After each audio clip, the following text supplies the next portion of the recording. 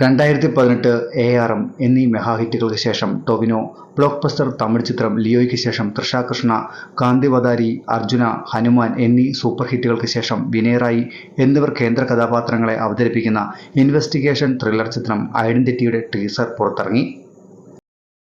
പൃഥ്വിരാജിന്റെയും തമിഴ് താരം കാർത്തിയുടെയും official പേജിലൂടെയാണ് teaser പ്രേക്ഷകരുടെ മുന്നിലേക്ക് എത്തിയത്. ഫോറൻസിക്കിന് ശേഷം ടൊവിനോ, അഖിൽ പോൾ, അനസ് ഖാൻ കൂട്ടുകെട്ടിൽ ഒരുങ്ങുന്ന ഈ സിനിമ രാഗം മൂവീസിന്റെ ബാനറിൽ രാജു മല്യത്തും കോൺഫിഡൻസ് ഗ്രൂപ്പിന്റെ ബാനറിൽ ഡോക്ടർ റോയ് സി ജെയും ചേർന്നാണ് നിർമ്മിക്കുന്നത്.